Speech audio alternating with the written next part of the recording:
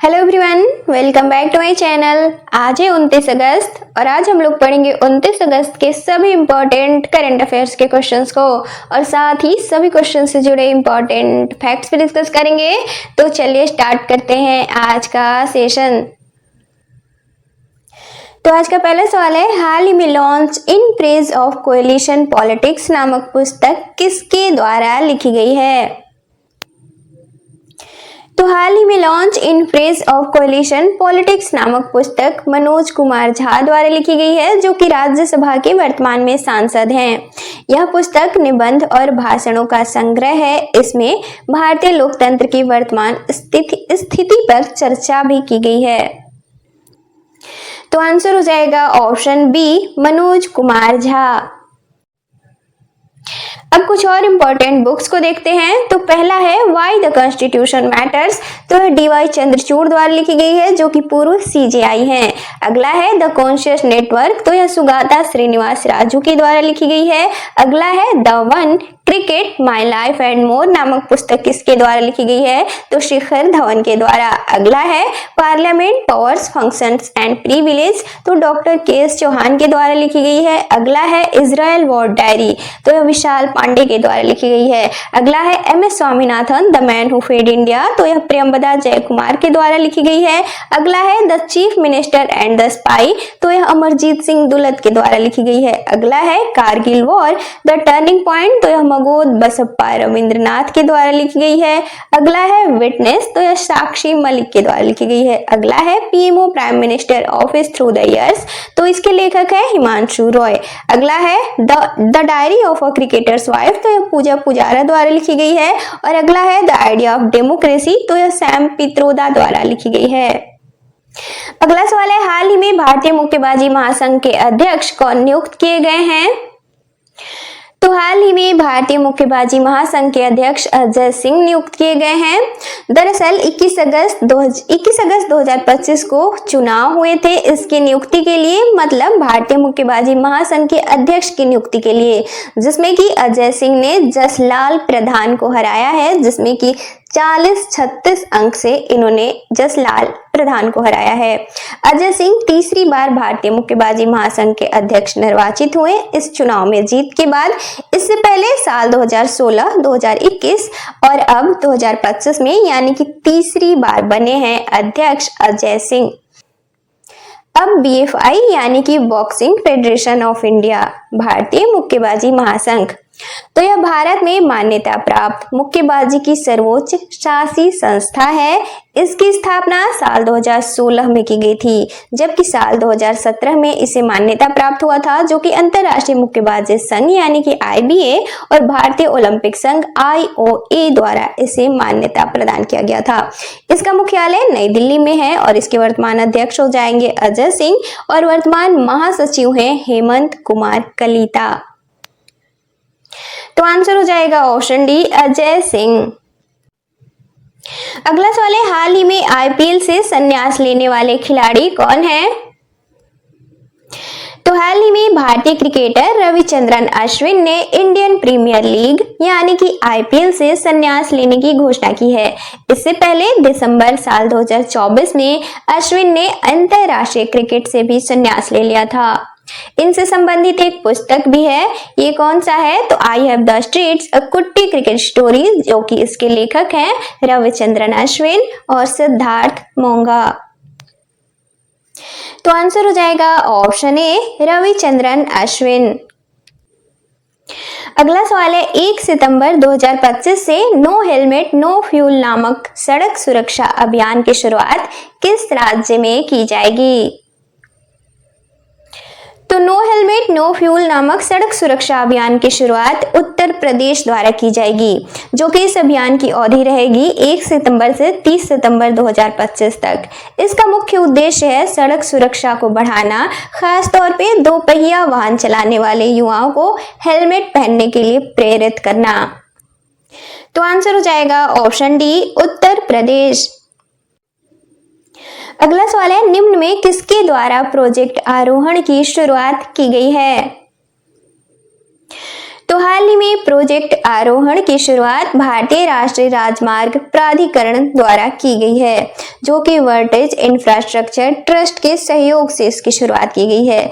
इसका मुख्य उद्देश्य है टोल प्लाजा कर्मचारियों के बच्चों की शिक्षा को सुनिश्चित करना, साथ ही आर्थिक रूप से कमजोर वर्ग, SC, ST और OBC और साथ ही अल्पसंख्यक समुदाय से आने वाले छात्रों को इसके तहत लाभान्वित करना, जो कि वित्त वर्ष 2025-26 के लिए इसके लिए 1 करोड़ रुपए का निर्धारण किया गया है, जो कि कक्षा 11 से लेकर स्नातक के अंतिम वर्ष तक के 500 छात्रों को 12,000 प्रति वर्ष की छात्रवृत्ति दी जाएगी।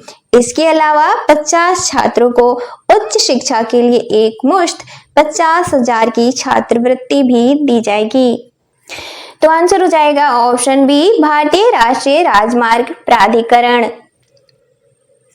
अगला सवाल है, मैत्री अभ्यास भारत और किस देश से संबंधित है? तो मैत्री अभ्यास 2025 तो मैत्री अभ्यास भारत और थाईलैंड के बीच द्विपक्षीय संयुक्त सैन्य अभ्यास है। साल 2025 में यह इसका 14वां संस्करण है, जिसका आयोजन 1 सितंबर से 14 सितंबर 2025 तक किया जाएगा। कहाँ किया जाएगा? तो भारत के मेघालय के उमरोई में। अब मैत्री अभ्यास तो यह हर 2 साल पे आयोजित किया जाता है और इसकी शुरुआत साल 2006 में की गई थी। तो आंसर हो जाएगा ऑप्शन ए, थाईलैंड। अगला सवाल है, भारत समुद्री सप्ताह 2025 का आयोजन कहाँ किया जाएगा? तो भारत समुद्री सप्ताह 2025 तो दरअसल यह हर 2 साल पे आयोजित होने वाला अंतर्राष्ट्रीय सम्मेलन और प्रदर्शनी है। साल 2025 में इसका आयोजन 27 से 31 अक्टूबर तक किया जाएगा। इसका आयोजन किसके द्वारा करवाया जाएगा? तो केंद्रीय पोत, नौवहन एवं जलमार्ग मंत्रालय के द्वारा। कहाँ किया जाएगा इसका आयोजन? तो मुंबई में। इसका विषय या फिर थीम है वैश्विक समुद्री भागीदारी और सामूहिक दृष्टि को बढ़ावा देना।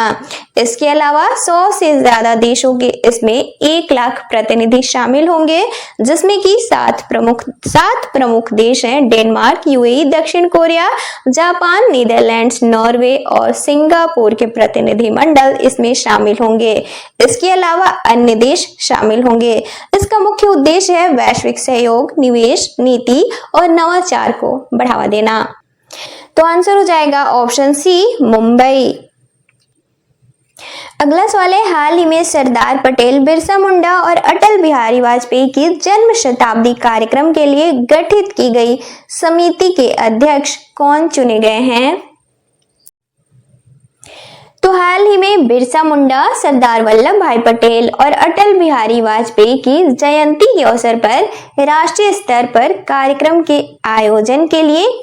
सफल आयोजन के लिए केंद्रीय संस्कृति मंत्रालय द्वारा 3 समितियों का गठन किया गया है, जो कि इस प्रत्येक समिति में 100 सदस्य शामिल होंगे, जिसमें कि इन सदस्यों में पूर्व राष्ट्रपति, पूर्व प्रधानमंत्री, इसके अलावा केंद्रीय मंत्री भी होंगे। इसके अलावा राज्यपाल, मुख्यमंत्री और अन्य सदस्य शामिल होंगे। और इन तीनों समितियों की अध्यक्षता भारतीय प्रधानमंत्री नरेंद्र मोदी द्वारा की जाएगी। इसका मुख्य उद्देश्य है इन लोगों की जयंती के अवसर पर राष्ट्रीय स्तर पर कार्यक्रम, सेमिनार और संवाद कार्यक्रम का आयोजित करना और साथ ही इनके योगदान को सम्मानित करना। बिरसा मुंडा की 150वीं जयंती 15 नवंबर 2025 को है। इसके अलावा सरदार वल्लभ भाई पटेल की 150वीं जयंती 31 अक्टूबर 2025 को है। इसके अलावा अटल बिहारी वाजपेयी की 100वीं जयंती 25 दिसंबर 2025 को है। तो आंसर हो जाएगा ऑप्शन ए, नरेंद्र मोदी। अगला सवाल है, हाल ही में पशु रक्त आधान और रक्त बैंकों के लिए पहली बार राष्ट्रीय दिशा निर्देश किसके द्वारा जारी किया गया है?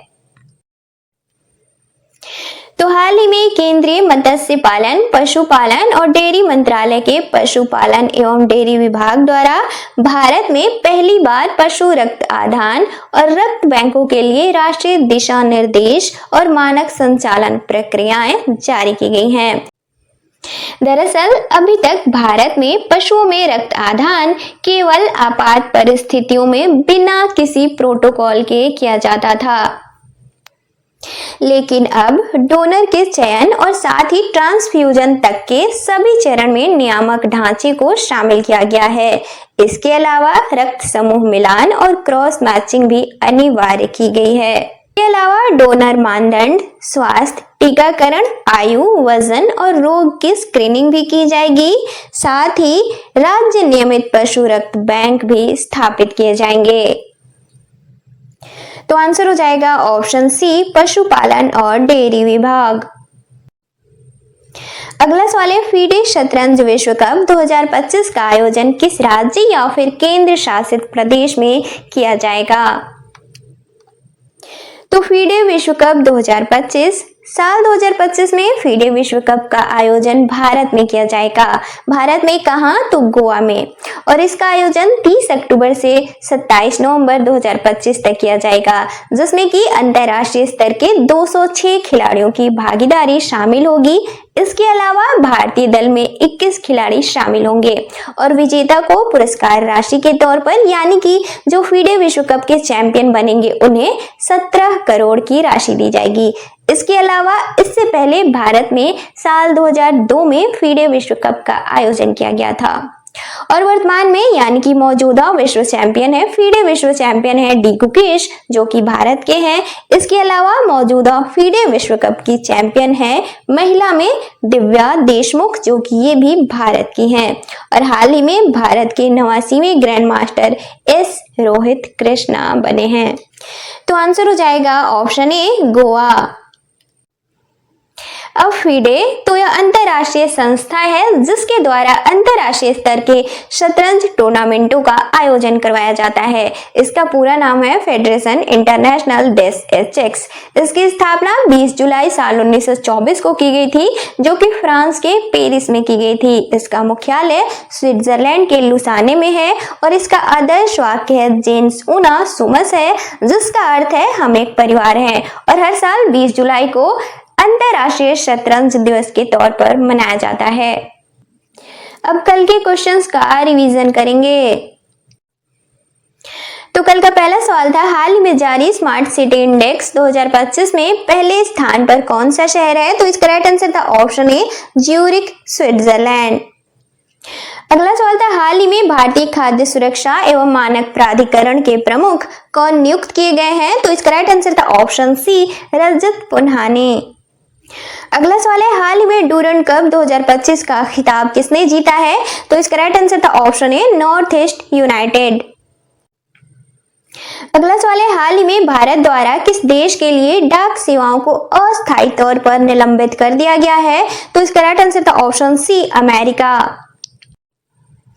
अगला सवाल था, 68वें राष्ट्रमंडल संसदीय सम्मेलन का आयोजन कहाँ किया जाएगा? तो इसका राइट आंसर था ऑप्शन डी, बारबाडोस। अगला सवाल था, हाल ही में जूनियर विश्व व्यक्तिगत खिताब जीतने वाली पहली भारतीय कंपाउंड तीरंदाज कौन बनी है? तो इसका राइट आंसर था ऑप्शन सी, चिकिता तानी परथी। अगला सवाल था, हाल ही में भारतीय रिजर्व बैंक द्वारा मौद्रिक नीति समिति का पदेन सदस्य किसे नियुक्त किया गया है? तो इसका राइट आंसर था ऑप्शन सी, इंद्रनील भट्टाचार्य। अगला सवाल था, सेमिकॉन इंडिया 2025 का आयोजन कहाँ किया जाएगा? तो इसका राइट आंसर था ऑप्शन ए, नई दिल्ली। अगला सवाल था, विश्व जल सप्ताह 2025 की अवधि क्या है? तो इसका राइट आंसर था ऑप्शन डी, 24 से 28 अगस्त। और कल का लास्ट क्वेश्चन था, हाल ही में किस देश द्वारा राइट बैंक नामक दुनिया का पहला एआई संचालित बैंक लॉन्च किया गया है? तो इसका राइट आंसर था ऑप्शन डी, मलेशिया।